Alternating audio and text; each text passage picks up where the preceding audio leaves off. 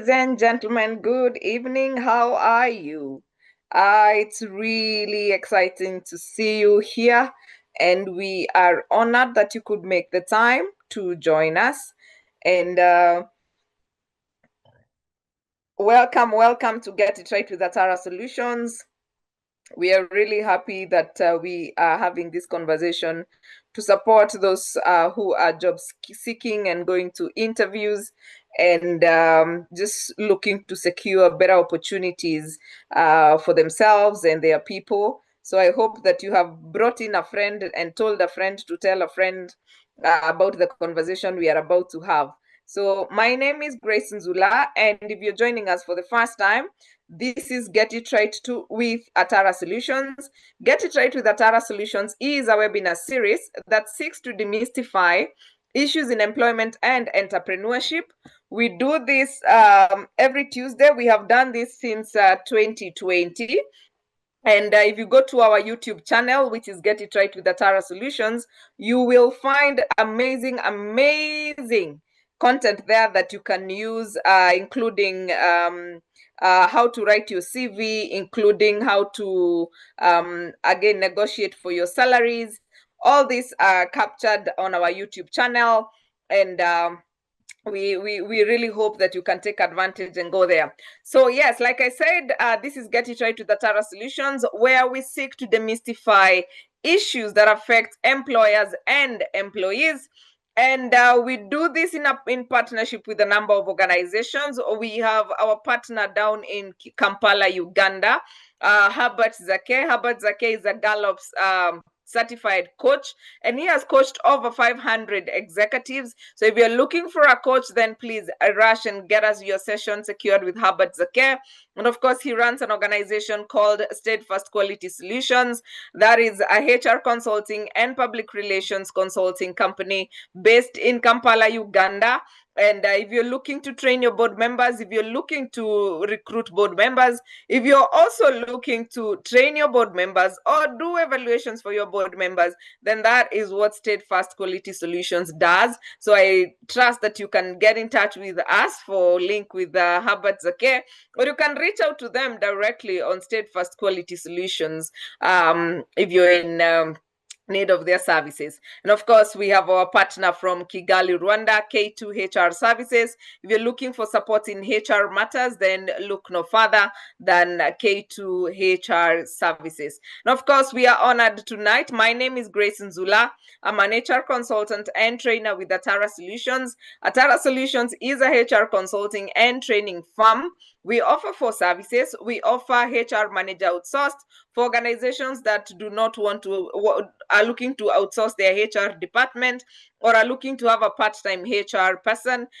We also offer HR consultancy. Are you looking for job evaluations? Are you looking to review your policies? Are you looking to upgrade your policies as well? Do documentation, restructure your organization, have proper documentation for your HR department. We are able to support you on that. We also offer learning and development. Please invite us to train your people, invite us to coach your people. We run a mentorship program targeting HR professionals. So if you're HR seeking to take your game to the next level, then we offer a mentorship program, which is a paid program and very structured, and there's a lot of advantages to joining it. And then we also offer team building services. If you're looking for an engaging session on team building, please do reach out to us and we shall be able to support you on that. And of course, with me is my co-host, Richard. Richard, you can say hello. Ladies and gentlemen, good evening. How are you doing?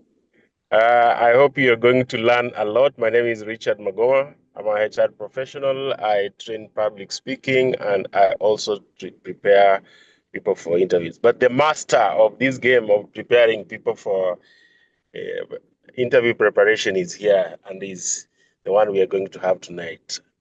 Take your notebook, take your pen, and write down insights. Thank you. Absolutely, absolutely. And thank you very much, Richard, for being here. And we appreciate your support. All right. Yes. With us tonight is J. Jairus Walemba, or otherwise known as JCVs. And he's not new here. We have hosted him a couple of times. And he is the master when it comes to LinkedIn optimization, CV writing, preparing you for interviews, and just making you employable.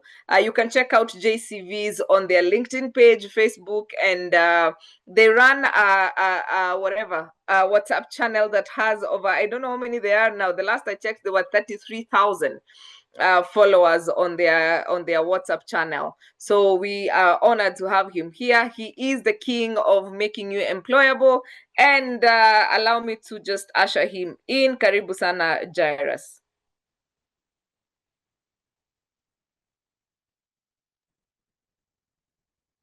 Thank you so much, Grace. Good evening, good afternoon, good morning from wherever you're joining us from. Grace, our channel has, we now are at 51,000 followers. And it's been a good... Congratulations, man. Thank you. Congratulations. It's been a great journey. Jay Walemba is here, and I'm the CEO and founder of JCVs. I'm a certified employability expert and a master trainer, matters employability. And I believe that this is a session that when Grace reached out to me, I was just planning to do because I had last week I had interviews, about 3-4 days I had interviews, and there were some gaps that I saw and really felt that this was the right time to speak about this. So some of us, when you get interview invites, we are very much excited, and sometimes now that excitement does not really end well. So I'll be taking you through this session. I'll want an interactive session, and I'll start by asking the chat section. I'll need the respondents in the chat section. How many have gotten interviews in the year 2026? Think you can write in the chat section. How many of us have had interviews in the year 2026? There's one that has gotten none. I can see. You can write the number of interviews that you've gotten this year. I can see it has gotten one. Some have gotten 5. 4. I think the highest has gotten 5. We have 6. We have someone in 6. We are just in May, and someone has gotten 6 interviews already. So thank you so much for the responses, and I feel that I got one secured the job, and after being coached by Richard. Congratulations, Richard. You're doing a great job as well. We are colleagues in this field, and I feel that we are here to just, hey, someone has had 10 this year. Veronica has had 10 interviews in 2026. And when you look at some people have 0, where are we going wrong? That is the question that we need to ask ourselves this evening. Where are we going wrong? And there are basic things that we ignore or we overlook related to interviews.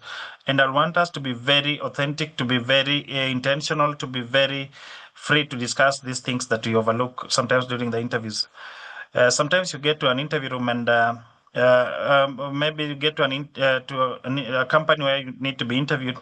The interview is supposed maybe to start at 10. You're there up to 11.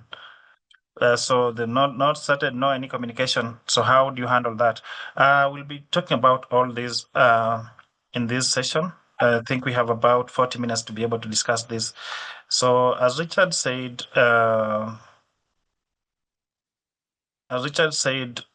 you need to have your pen and notebook so that you don't miss out on anything.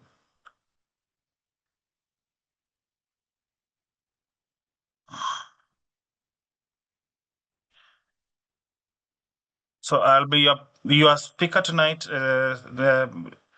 And one thing we need to understand is that qualifications are only there to get you shortlisted, and that's why we even do CVs. Why we do CVs? That we don't do CVs so that they get you the job. We do CVs so that they get you the interview, and then from the interview you can be able to navigate now to get the job.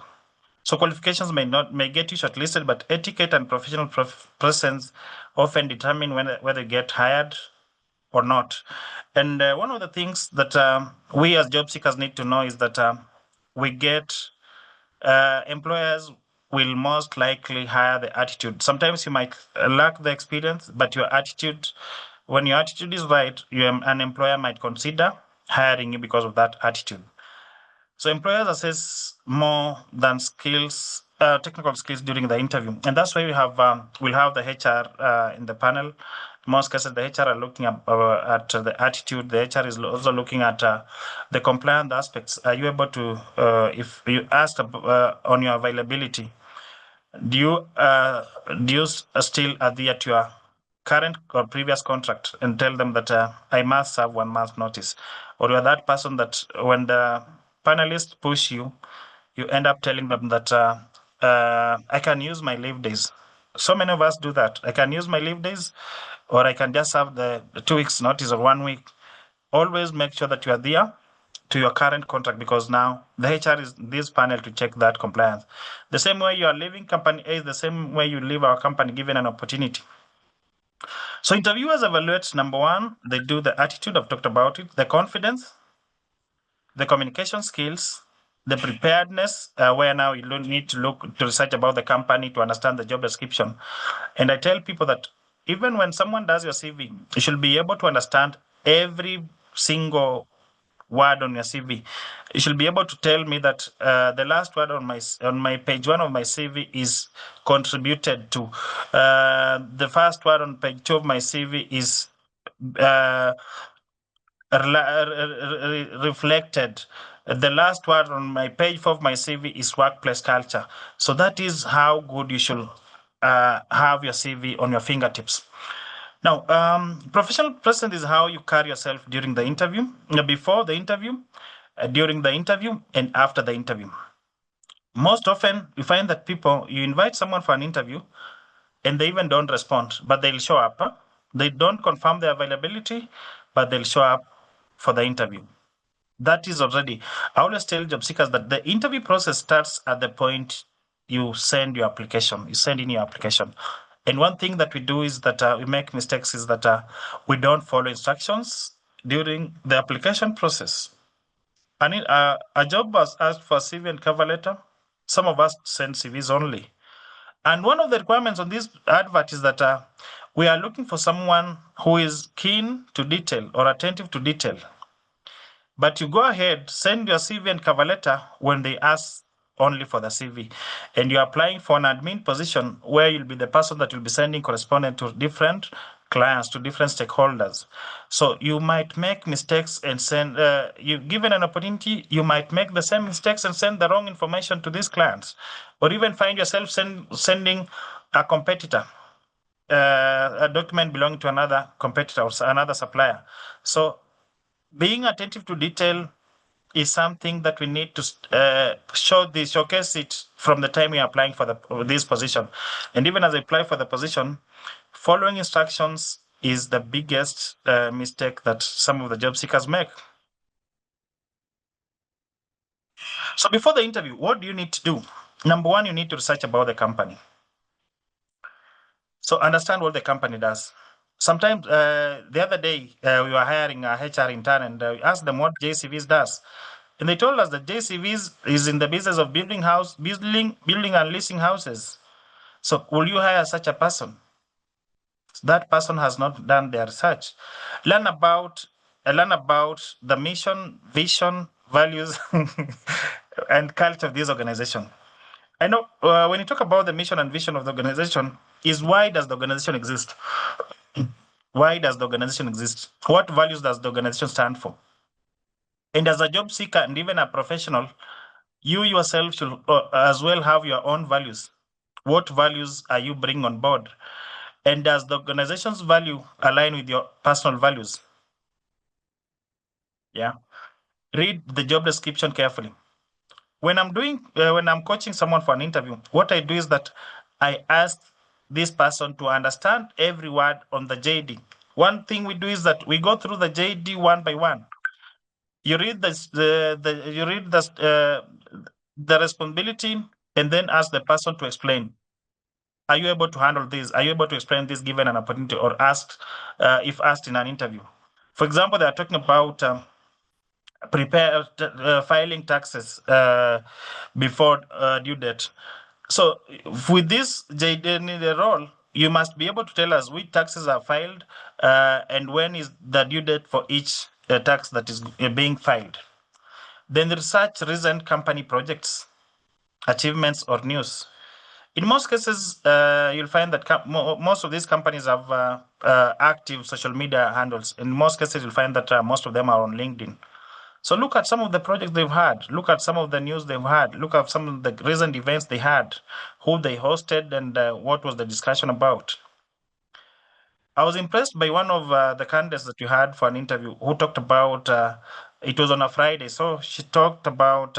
She joined our webinar the previous Thursday, and told us about the topic that you are discussing. And you get impressed by such candidates because they are candidates that are really following what the company is doing and can be able to even prove that through the interview. So understand how your skills align to the role. And this is now an interview is a conversation that you already have a Kenya. So what you need to do is just to prove yourself that you're the right person by aligning your skills to that of the role is looking for. Number two thing you need to do is to prepare your answers. So how do you prepare your answers? Practice answering common interview questions. And the common interview questions, we call them the general questions, the general interview questions. Tell us about yourself. This is a question that will always come in most cases. 90% of the interviews you'll go for, you'll find this question. Why do you want to work for this company? Why should we hire you? Those are common questions that you need to have clear answers for them. What are your strengths and weaknesses? This is sometimes it comes, and sometimes they might ask about your weaknesses and how you can be able to work on those weaknesses. So prepare well. Why should we hire you? Almost less to the second question. So describe a challenge that you faced and how you are able to handle it. This is now the STAR type of question. Using the STAR method, you should be able to respond to such kind of questions. Now, we have the technical questions as well. And in most cases, you'll find that the technical questions are originating from the JD. So tell us how you can be able to do analysis. So talk about the tools that you use. Talk about how you the softwares that you use, how you collect data, and how you are able to analyze that data to into data that will be used for the decision making. So the technical questions will most likely arise from that interview, the JD, and then you'll find that in the interview panel, when you have a panel of interviewers, there's someone that is knowledgeable about the technical questions, and that's in most cases you'll find that they are the people that will be asking these technical questions, so that then they have a clear understanding. And in most cases you'll find that is the immediate supervisor that, if hired, you'll be working under. Plan your route. Know exactly where you're going. Sometimes you can do a pre-visit of the organization. You just go around the organization, be able to know where it is, and plan, do a trial run if need be, so that you arrive in time. 15, 30 minutes early will be good, so that now you take your time to just relax and understand the organization, then be able to relax and build that confidence as you prepare for the interview. Number four thing, you need to prepare your documents. Sometimes organizations might not tell you to bring your CVs or certificates and even a pen and a notebook. This is something that you should always bring on board. I'm sure that the HRs in the house will tell you that we have had our sisters and brothers who are currently looking for jobs, the fresh graduates that are originating from universities. Some of them will come without their CVs and they'll ask you to print for them, even at the reception as they arrive. sometimes we look at it and it's a show of lack of preparation because as a job seeker, you should have your documents ready. What if this company does not have a printer, maybe? Will you still go for the interview? So make sure that I always say that these documents are not heavy, and I think we can have them ready, and just carrying an envelope with these documents will do you good.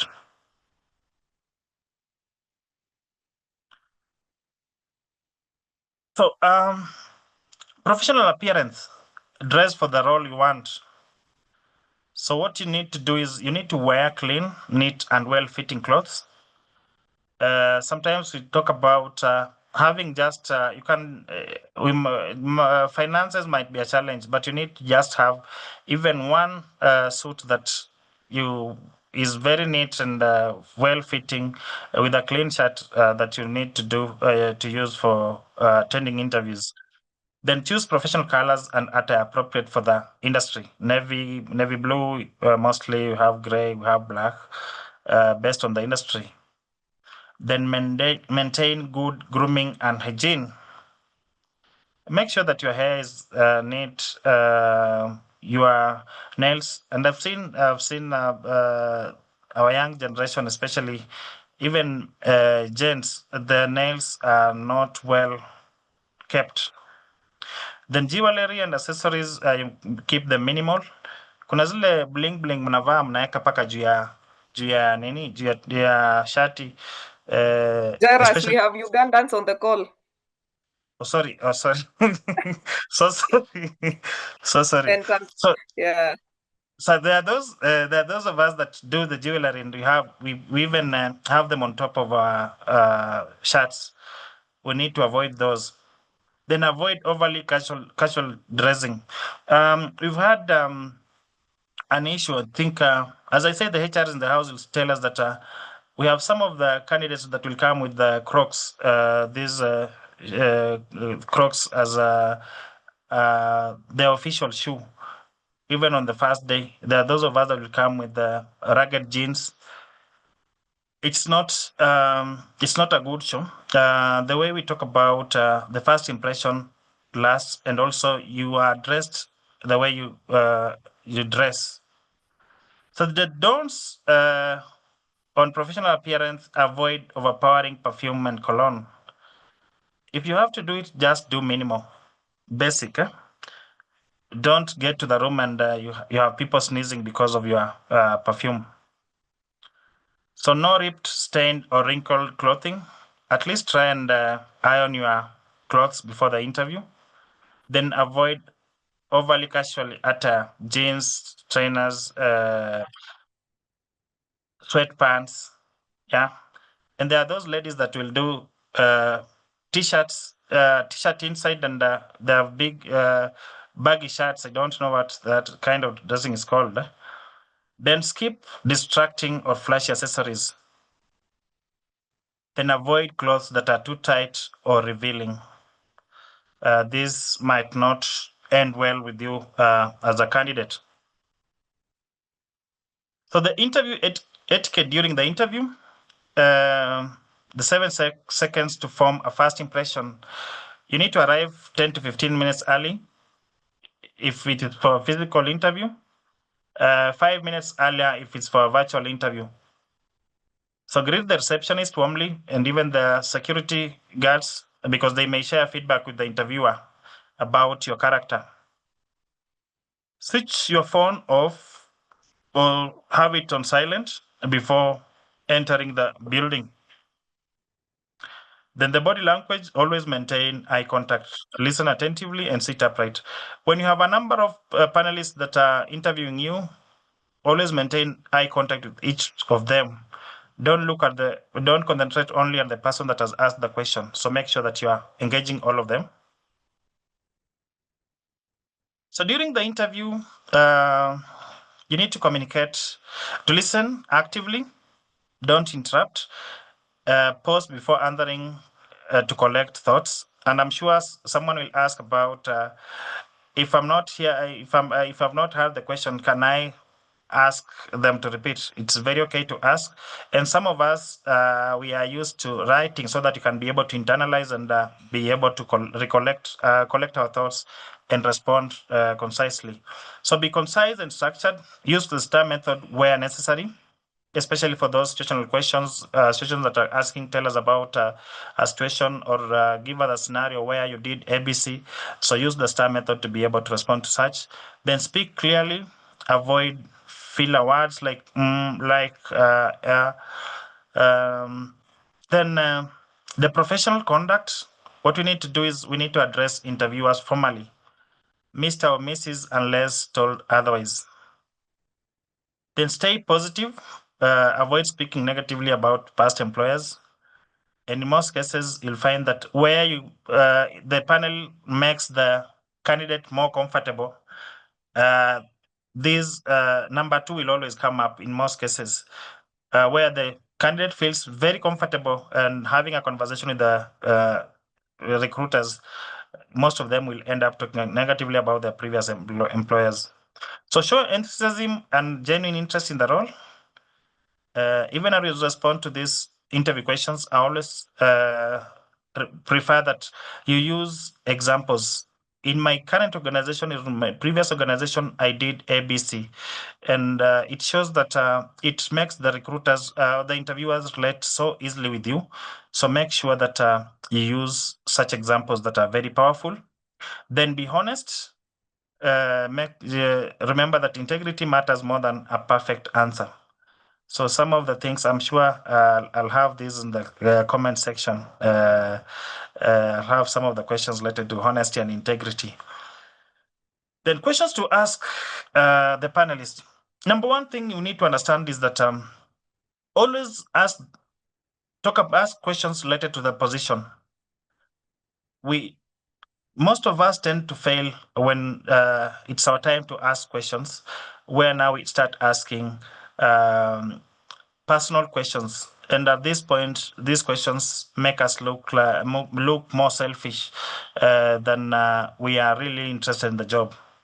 Some people will tell us that they're planning to have ongoing studies, and they start asking at this point if they'll be getting time to go for their studies.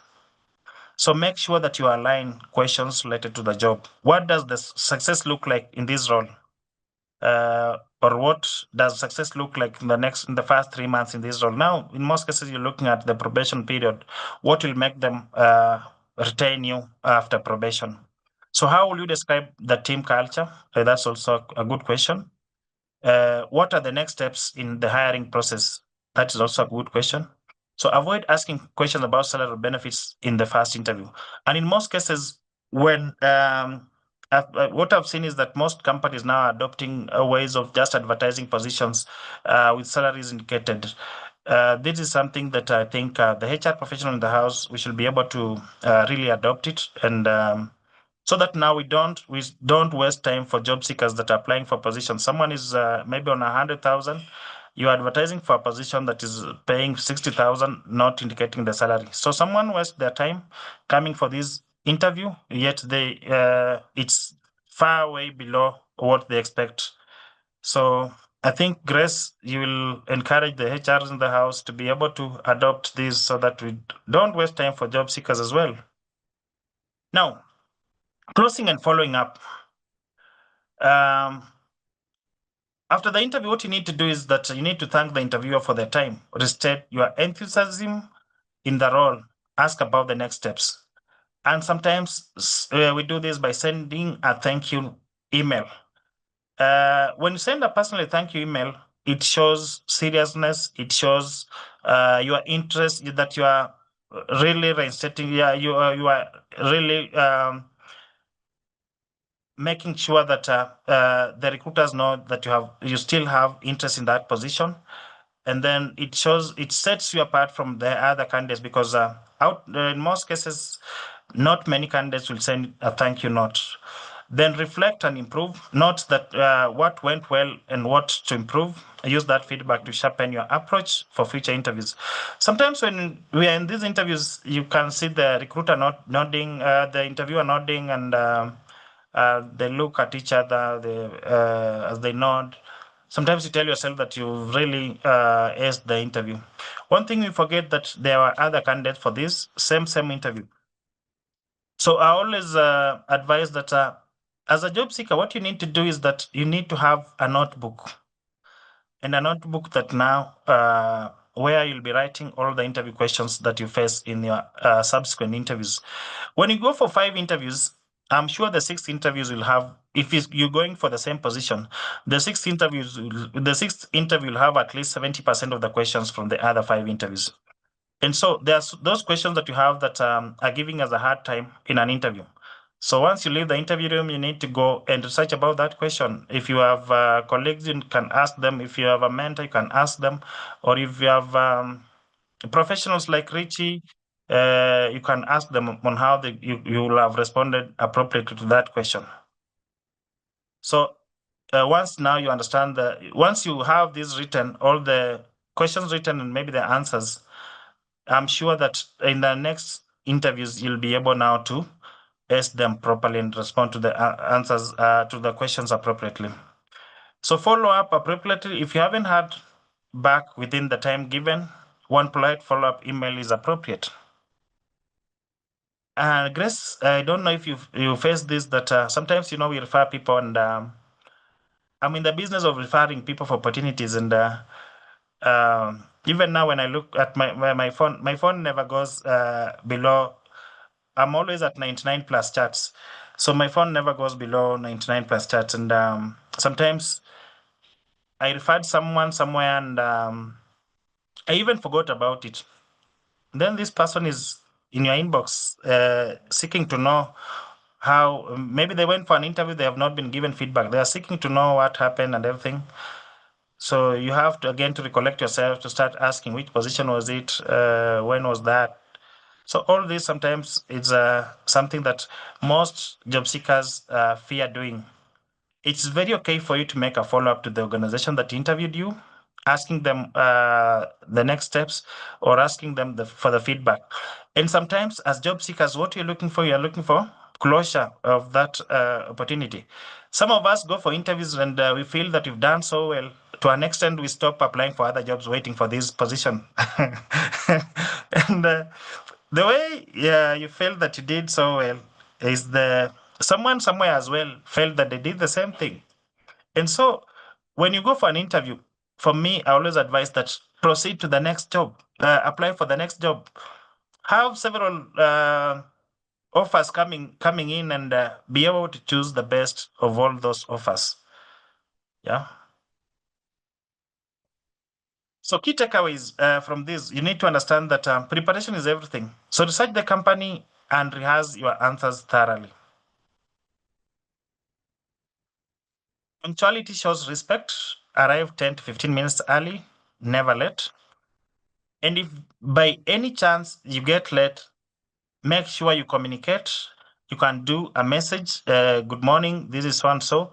I was supposed to be at the interview room at 9, but due to 1, 2, 3 reasons, I'm late, but I'm on my way coming. That shows respect as well. Not that we are waiting for you at 9. You don't communicate and then show up at 11. That will show disrespect even to the team. In some of the organizations, they hire people that will sit in the panel. So they have hired people maybe till 1 p.m. and you're showing up at 2 without communicating. That means that sometimes you might be the best candidate, yes, but now the attitude and communication might cost you, and therefore you might miss out on the interview.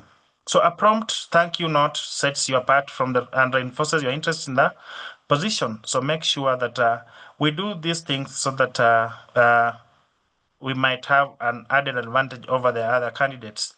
So your appearance communicates professionalism even before you say a word.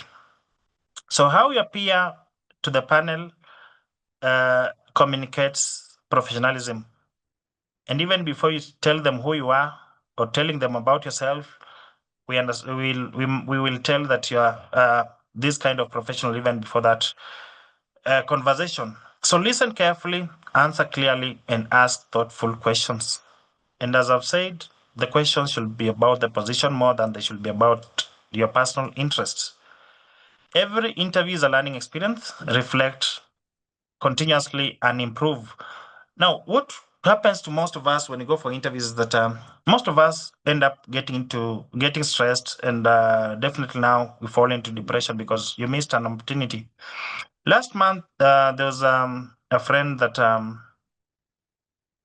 there's a friend's son who was looking for a job, and what they did is the friend takes his CV to a company A, and then as he takes this CV to company A, company A has its own procedures of doing interviews, shortlisting, and even taking time just to recruit. So the recruitment process is a bit what you might term as slow.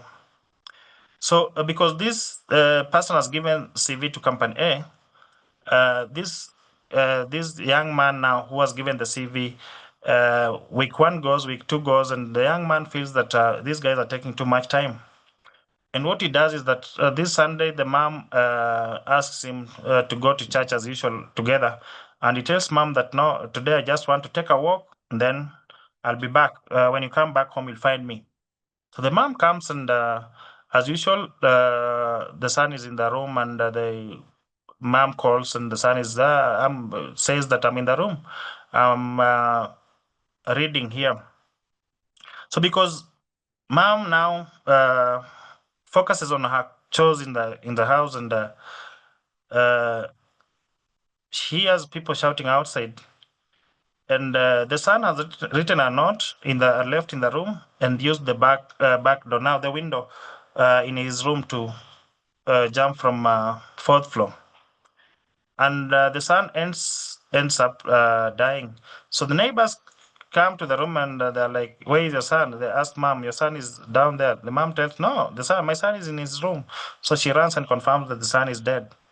Now, the son on the note, the son has written that the job was taking too much time. The recruitment process was taking too much time, and he wouldn't wait anymore. So he decided to commit suicide. Now, I'm saying this because sometimes it's patience. Patience is what now pays, and we cannot influence decisions by the organizations, whether you have been referred by someone or you've applied for a position. So sometimes you might apply for a position, the deadline comes and goes, and 2-3 months down the line, they have not even invited you for an interview. Always make sure that you close that, you seeking closure. Assume that you never applied for that position, and also now focus on other opportunities. And the other thing, even as you apply for opportunities, I'm sure that most of us, 67% of our population in Kenya is we have an issue of skills mismatch. 67% have an issue of skills mismatch. And now these are the people that you've advertised for an HR position. Today, I was looking for a HR intern, and someone who has done a Bachelor of Arts in Development Studies applies for this position. And he's really convincing me that development studies is I think he talked about multi-skilled field. And so he can be able to work well with the people. So when you look at the opportunities that are available, we need to be able to try and when you look at your career journey, you need to be able to have a clear career journey where you can easily grow as well, where you feel that your skills will be more utilized, rather than going to a career because that is the only available opportunity. So as professionals, I discourage people that are looking for any job.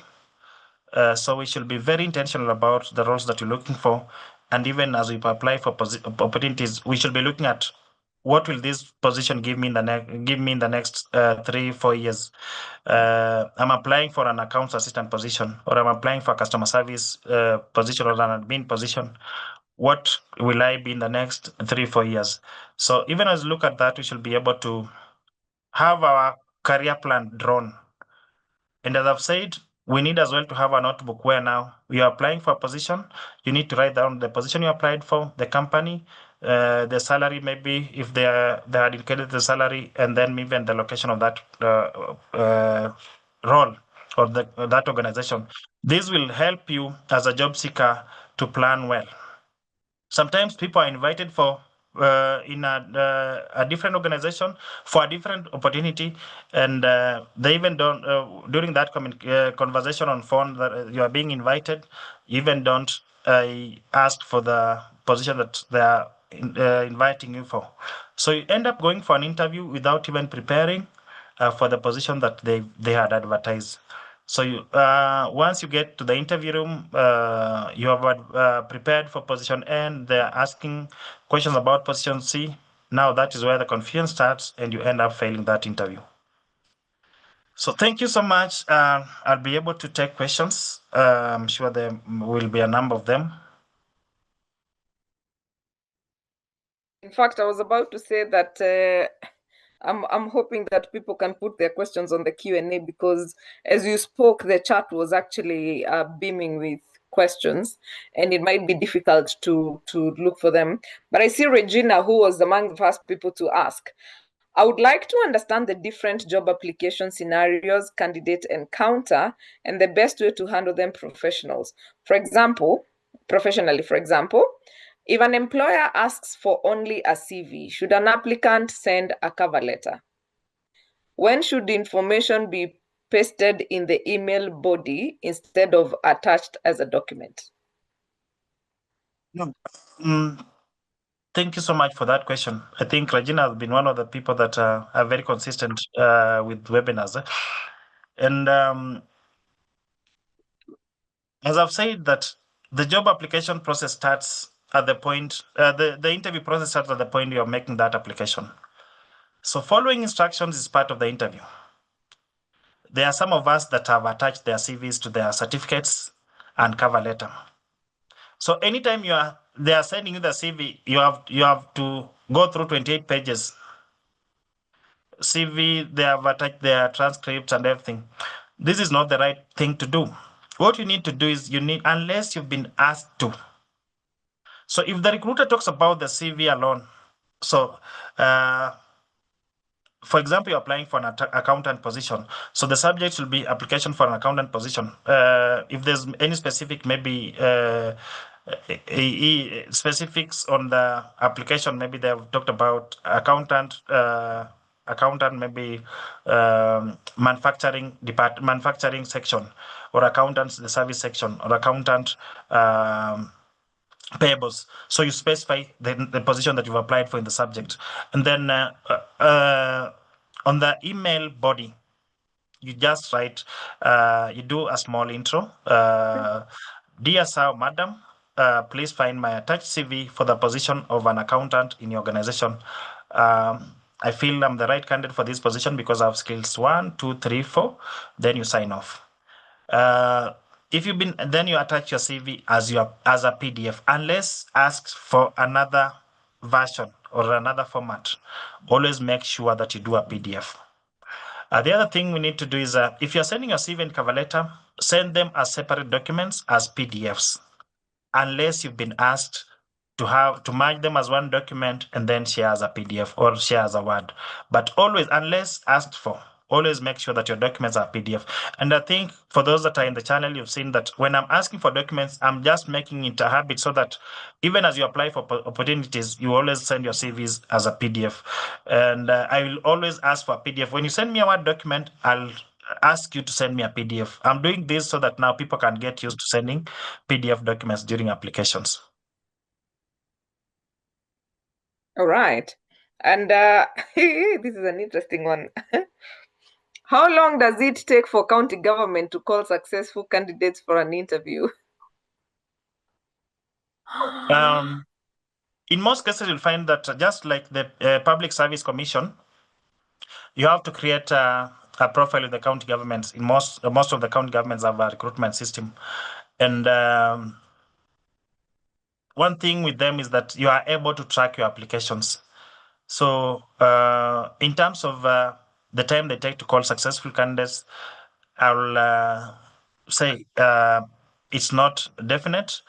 But one of the things that we need to understand even as job seekers is that sometimes the decision makers in an organization might fall ill, and then that recruitment process might be stopped. Or if it's an organization that has maybe was looking for funding and they don't have that funding, they might stop the process, and they might not communicate to you as as the applicants. So, as I've said before, always ensure that as you apply for these positions, document them. Whether when the company calls you, well and good. If they don't call you, proceed with other applications. And that is what you should do as job seekers. Because when you apply for a position and really you are sure that maybe you might get this position and you stop applying, that's where now depression hits us. Yeah. Yeah, I think just any government office, I would advise that as you apply and you have gone for interviews and you are almost sure, like Jerry has said, please exercise patience, because sometimes even a nicely conducted what do we call it? A nicely conducted interview process or recruitment process sometimes gets to a halt, and you'll find the advert again 2 months later or 3 months later. So if you're looking for jobs in public service or in public sector, county governments, corporation, state corporations, all that, you need to probably spread your net wider. All right.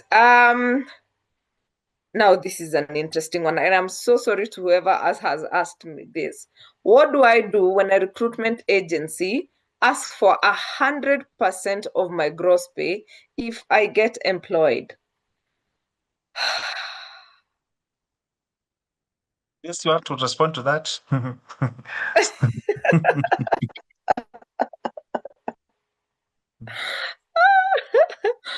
Yeah. Okay. I my okay. I am getting difficulty in answering this question because for you, this is about your personal values. If you want to give them the money, that's about you.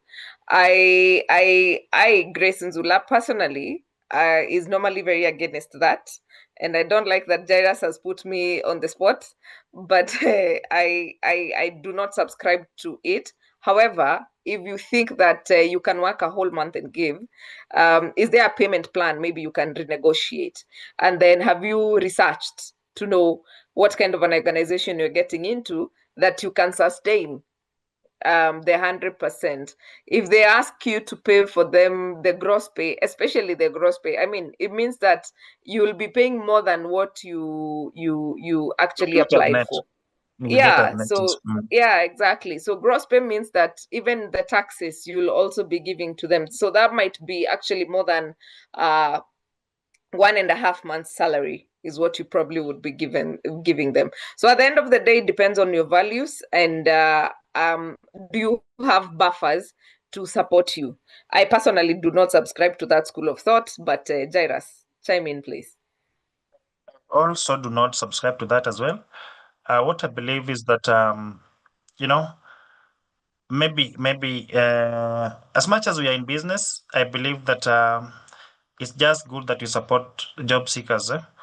And as a company, JCVs, we believe that for us, it's about the impact. And as much as we need this business, I will not get money from a job seeker, even when they get the job. Gaje kuna wale wana insist wanataka kununulia chai. Chai is different than nini after they get the job. But I will advise that most companies, we just normalize charging the employers the fee, because the employers are the people that need these people most, and they should be able to cater for that fee. So, as Grace has said, if it's a personal decision, if you feel that you can uh, withstand that for a month or two, well and good. But for me, I don't subscribe to that as well. Yeah, Richard? Ladies and gentlemen, thank you very much, Jay, for that wonderful presentation. I know there are people who have different models. There are people who get from the employee, there are people get from the employer, there are people get from one person, there are people eat from both places. What I have seen, which is prevalent, is a percentage, not 100%. 100% is horrendous. It is greed. It should be a percentage, maybe 20, 25, that exists. In most recruitment firms. So as Grace and Jay have said, it depends on what you agree. But for sure, 100% is absolute horrifying. It is absolutely horrifying. But it's good for us to prepare you that people exist in the marketplace with different models of business. But the prevalent one, the one I've seen even in the big recruiters that we know, it is a percentage, maybe 25, maybe 30 or 40, 100. That is a rip-off, actually. How will you survive? Yeah, exactly. And really unfair, and probably that person should be reported. I mean, how do you work for free for a whole month? Anyway, moving on. How should one answer salary expectation question without it being too high or too low? Or also, when should one ask about the salary? Thank you so much for that question. About the salary expectation, one thing is that as job seekers, we have a role to play, and our role as job seekers is to network. When you start, I'm sure that if I was to ask, maybe get answers in the chat section, that how many of us have a clear career goal? How many of us have specific organization that they want to apply opportunities for? I'm sure in the room we are about 240. Out of the 240, I'm sure not more than 10 people have that clear career plan. Not more than 10 people have highlighted the organization that they want to apply for opportunities in. We are people that will apply for opportunities even as they come. You've seen a job that is enticing, and in most cases we see the salary. When the salary is enticing, we apply for opportunities even without having that plan. So what I mean by having a clear career plan is that when you have a clear career plan, you understand your career, you understand the path that you want to take, you understand your value as a professional. And anytime unless you are an intern or an attaché or someone that is seeking volunteer opportunities, you should always have a value for yourself. You should always understand your worth. You should always know your worth. And as you apply for positions, for example, you're applying for a position in a telco company, for example, like Safaricom. If you're applying for an opportunity in Safaricom, the first thing you should do is that you should even start having connections from Safaricom. On LinkedIn, connect with people from Safaricom. And sometimes, if you see Safaricom have events, you can start now attending these events. Create friends at Safaricom. People that will tell you that, people that can be able to tell you that this is what Safaricom pays. So if you are participating in this, you are applying for this position, you can be able to, you quote this. And I'm giving an example where if you have companies in the same industry. For example, in the banking sector, you're working for NCBA, you're working for Equity Corp or ABSA. So you'll find that the market rate, that's why we have what you call the salary survey. In most cases now, companies do salary survey so that they can be able to harmonize what is being paid in the market and how they can be able to align their salary structure with the pay. So make sure that you can engage, do enough research, engage people within that level. And I'm sure at school you are with some colleagues that are in similar positions or similar companies. So be able to even engage them and ask them what is the market rate for that. And before that, if you're currently working, always make sure that you leave organization A for organization B because of a better salary and even the environment. Yeah, and just to add, when you don't know your worth, because sometimes you don't know what your worth is, it is okay to ask. And it is also just to do your math. If you're paying rent, how much is your rent? If you're doing what we call transport, so for example, if you live on, say where, if you live in Githurai and you need to go to work in Westlands, how much will you be spending on bus fare? How much is lunch? And you put a 10% or a 20% markup for your savings. So you can do that to know how much is the minimum that you can take. That is if the job has not indicated how much they are paying. Even if they indicate, because most of you don't read.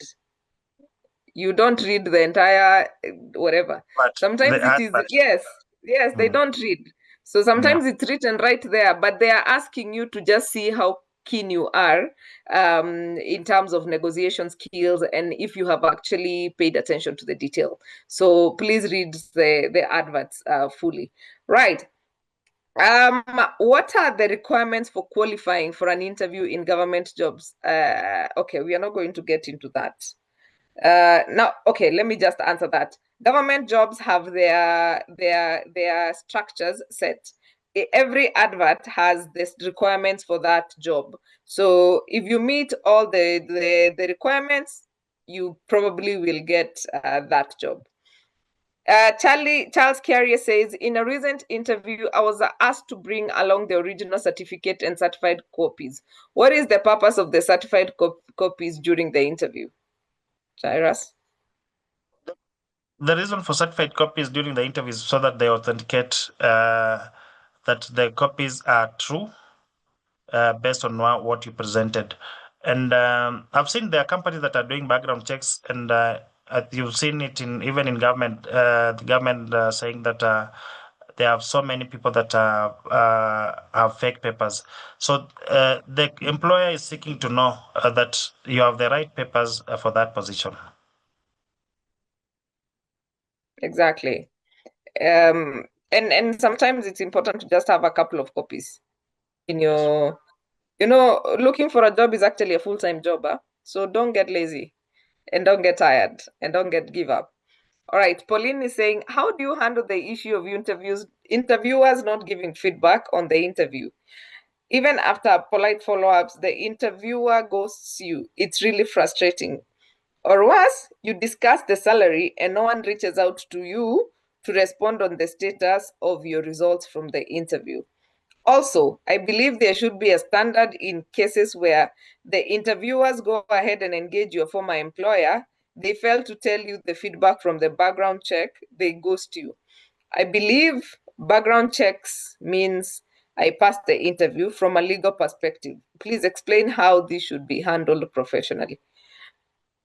No, before any interview, any company does background checks, they'll first seek your consent. And when a company seeks your consent to do a background check, it means that you are most likely to be hired, and your performance in the interview was outstanding, and they feel that they can hire you.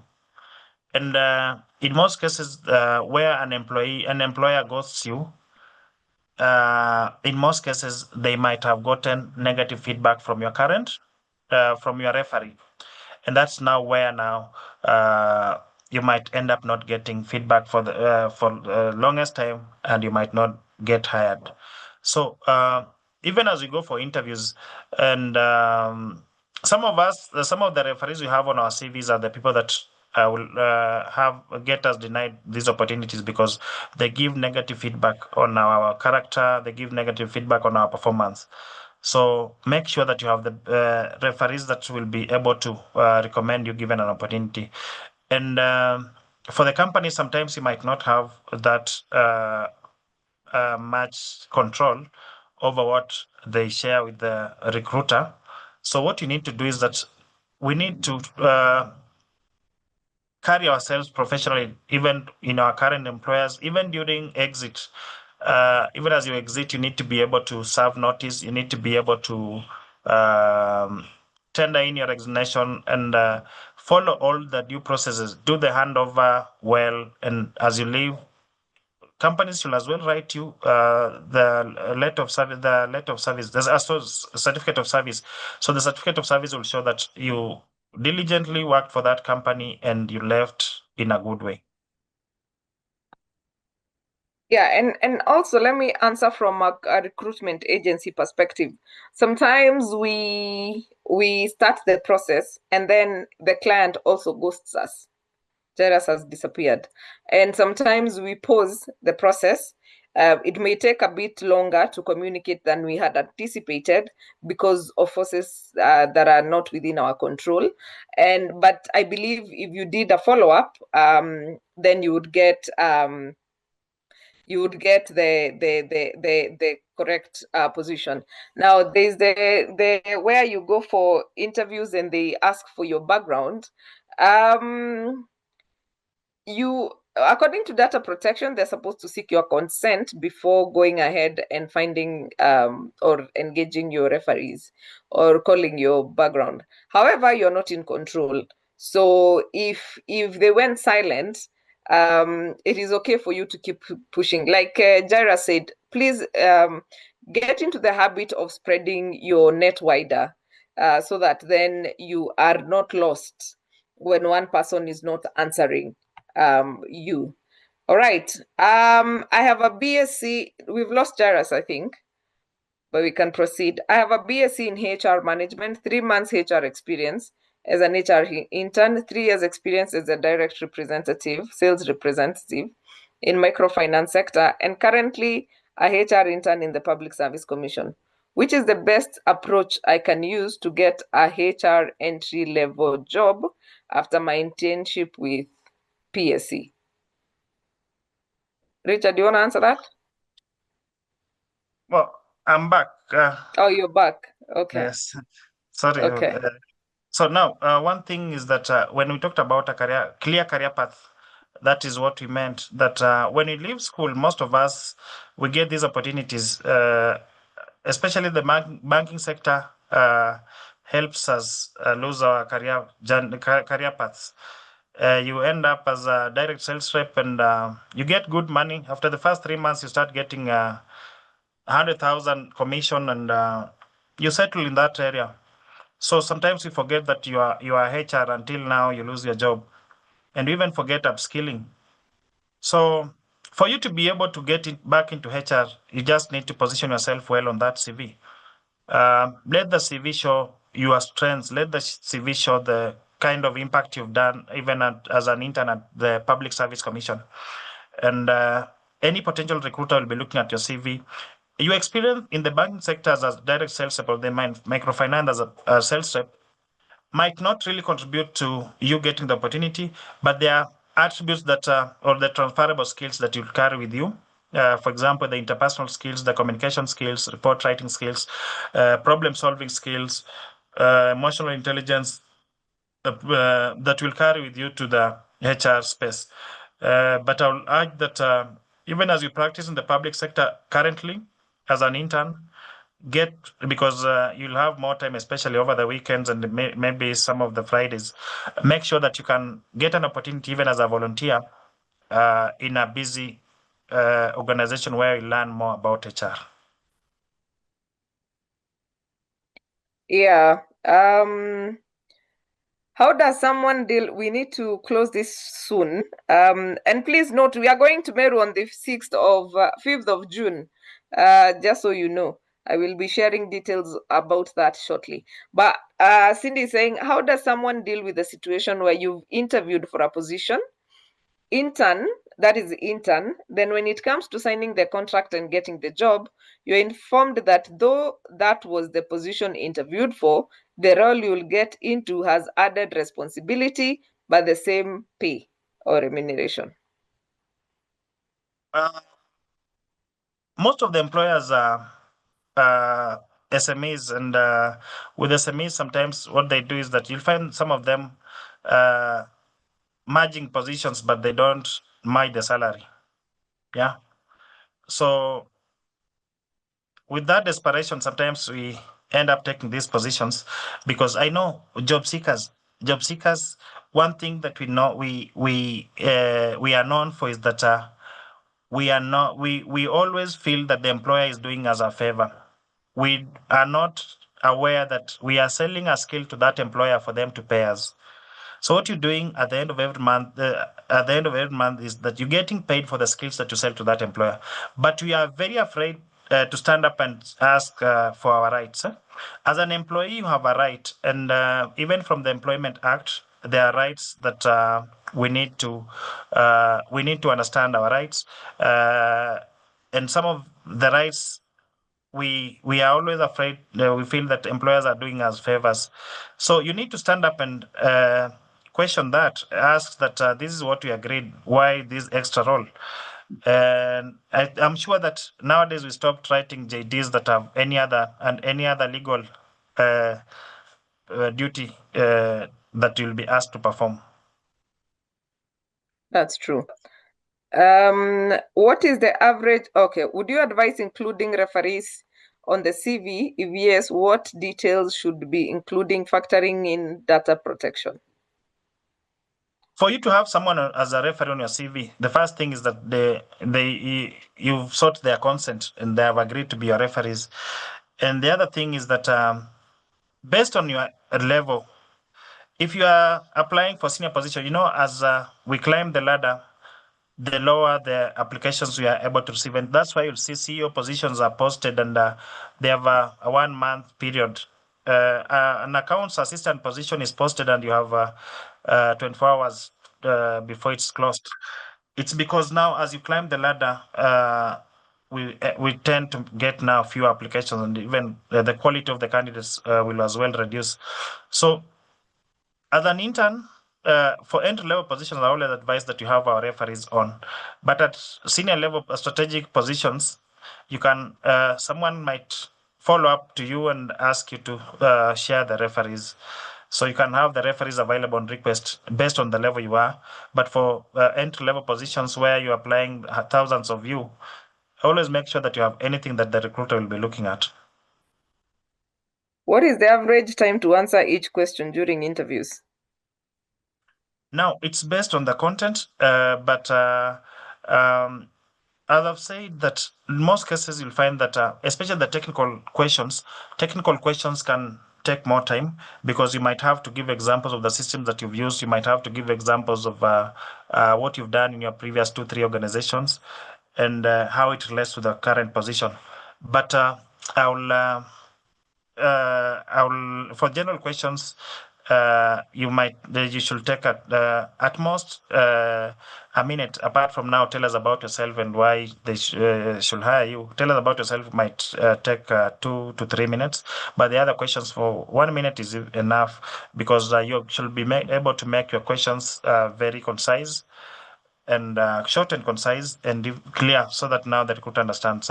Where they've talked about, they're asking you, for example, what are the functions of HR? You don't just mention that performance management, training and development, employee relations, and stop. You need to tell us that employee relations is ABC. Performance management, this is the process of what. So make sure that you just explain some of the things so that now you can be relevant. And also, there are several of you that are vying for that position. So someone will mention and explain, but you just mentioning, it will give an opportunity to the other person more than it does to you. So you might end up being disadvantaged. Right. What is the how many referees are recommended as sufficient to appear in your CV? I think you have answered that. I did become accounting option and also did CHRP. Do I stand a chance to work in HR?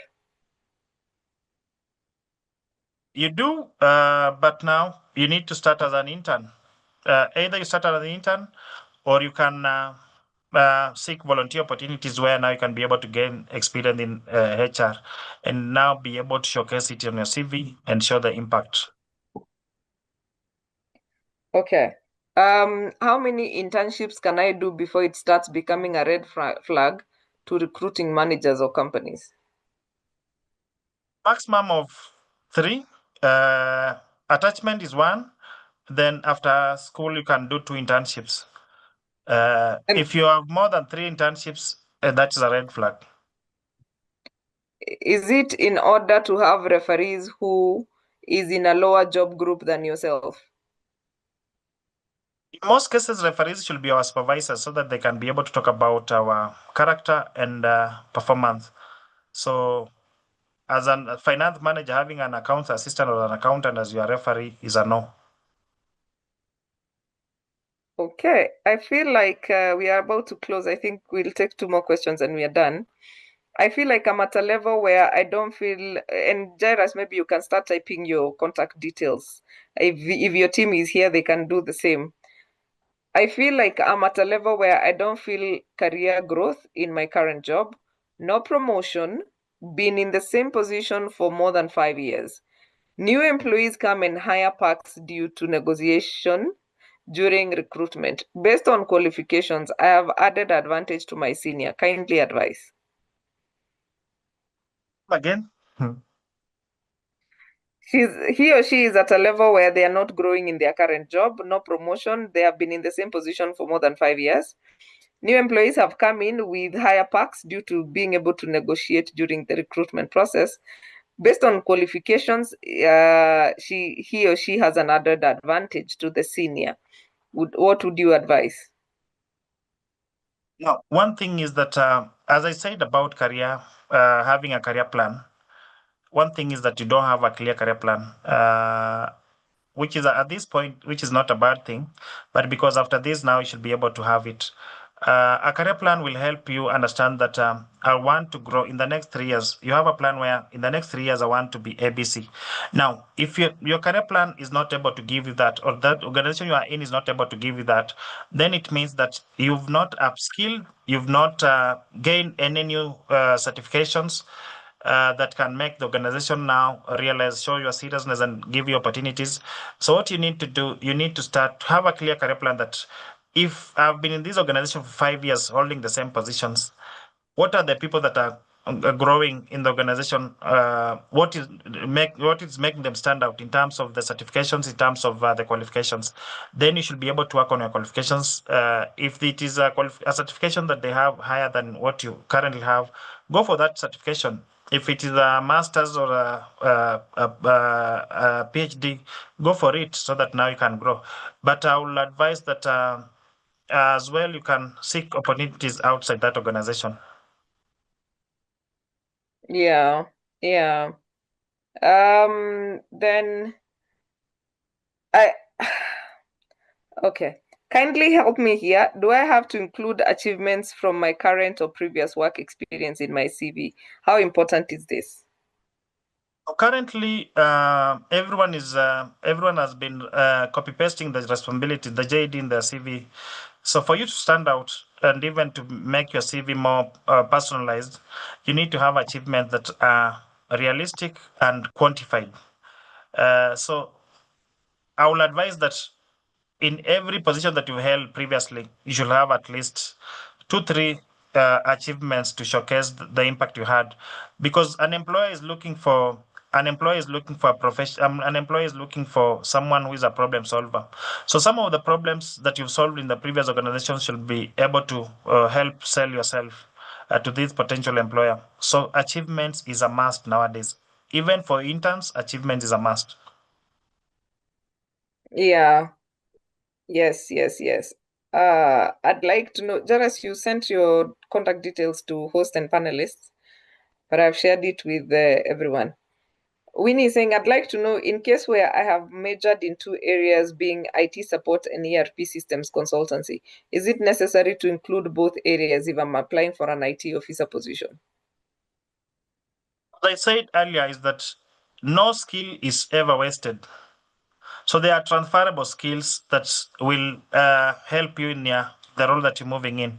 So as much as you have the IT skills and the ERP, which is also almost they are almost related careers, because they are both technical, and you'll need the IT skills for you to be able to run to even demonstrate some of the softwares that the ERP software to potential clients. So it is very okay to include, unless it's a very outdated. They are totally parallel careers, professions where you can just pick a few skills from that. But if they are like IT and Nini, they are related, so you can work on that. Yeah, yeah, yeah. Wow. Unfortunately, with the job seekers conversation, we never get to finish. But do reach out to Jay's CVs. He will be able to answer most of your questions. I can see the chat. I said before you put your questions on the Q&A. If you have not, then unfortunately, that's why we've missed your question. However, do not worry. Jairus is still able to be reached. He actually runs his own webinars on Thursdays at 8 o'clock. So if you're looking for more support, you can do that. And you can also reach out to him. He's quite affordable, so he will be able to help you in that. And he has also shared the WhatsApp channel. You can see that, and he shares a lot of, oh, that is Jacinta, yeah. They share a lot of information on that channel. So please do that. And yeah, we shall be able to I mean, or rather, he'll be able to support you. So at this point in time, thank you so much, Jairus. We cannot be here the whole time. I know we had an hour, and an hour, it's actually 20 minutes past the hour. And therefore, at this point, allow us to not continue. And we shall be sharing the recording on WhatsApp group. So if you're not in our WhatsApp group, please join. I think Paul is going to share that link just now. That is where we normally share the recording, or any WhatsApp group where you found this this information about the webinar today. So other than that, I want to invite Richard. Do you have something to say? Yeah, looks like time has gone by. What I wanted Jay to address, I don't know if he's still there. I have seen a shift towards whereby somebody is invited for an interview and is told, provide slides, you're going to be given 30 minutes. Why do you think there is that change? I really wanted to talk about it, but I forgot. Thank you for bringing it up. I think last week I had someone going for a senior position, and she had been asked for such.